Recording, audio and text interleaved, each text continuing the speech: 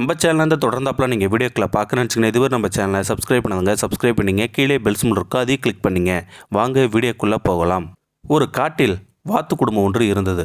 அதில் அம்மா வாத்து முட்டையிட்டு அடைகாத்து குஞ்சு பொரித்தது. பிறந்த குஞ்சுகள் அனைத்தும் அடர்ந்த பல வண்ணங்கள் கொண்ட முடியுடன் அழகாகவும் துருதுருவென்றும் இருந்தன. ஆனால் அதில் ஒரு குஞ்சு மட்டும் மெலிந்து அழகு அடர்த்தியும் இல்லாத முடியுடன் அசிங்கமாக இருந்தது. அதன் குரலும் மற்ற குஞ்சுகள் போல் இல்லாமல் வித்தியாசமாக ஒலித்தது. உடன் பிறந்த வாத்து குஞ்சுகளுக்கு இந்த அசிங்கமான வாத்து குஞ்சை கண்டாலே பிடிக்கவில்லை.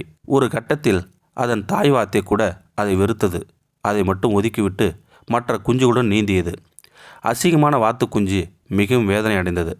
நான் மட்டும் ஏன் இப்படி அவலட்சணமாக பிறந்தேன், முட்டையிலேயே உடைஞ்சு இருந்து போயிருக்கலாமே என்று வேதனையும் பல நாட்கள் அழுது கலதறியது. நாட்கள் ஓடின. மற்ற வாத்து குஞ்சுகள் வளர வளர மேலும் அழகாயின. இதுவே உயரமாக மேலும் நிறமற்றும் காணப்பட்டது. தலையில் வேறு குச்சிகள் போல ஓரிரு கொண்டை முடிகள் வேறு வளர்ந்தது. அது இன்னும் அசிங்கமாக ஆகிற்று.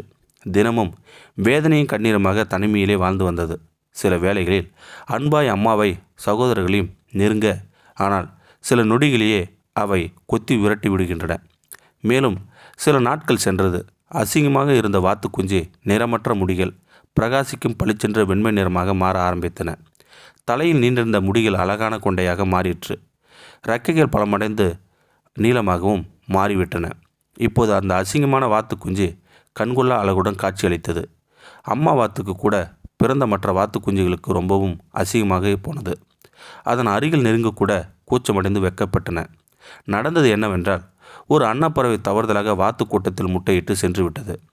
இது தெரியாமல் வாத்து தன்னுடைய முட்டை என்று எண்ணி அடைகாத்து குஞ்சு பொறித்து விட்டது. அதான் அந்த அசிங்கமான வாத்து குஞ்சு. ஒரு நாள் வந்தது. அசிங்கமான வாத்து குஞ்சை தோற்றமளித்த அன்னப்பறவையின் சிறகில் ஒரு உந்துதல் தோன்றியது. படபடவென்ற சிறகை அடித்து மேலே எழும்பியது.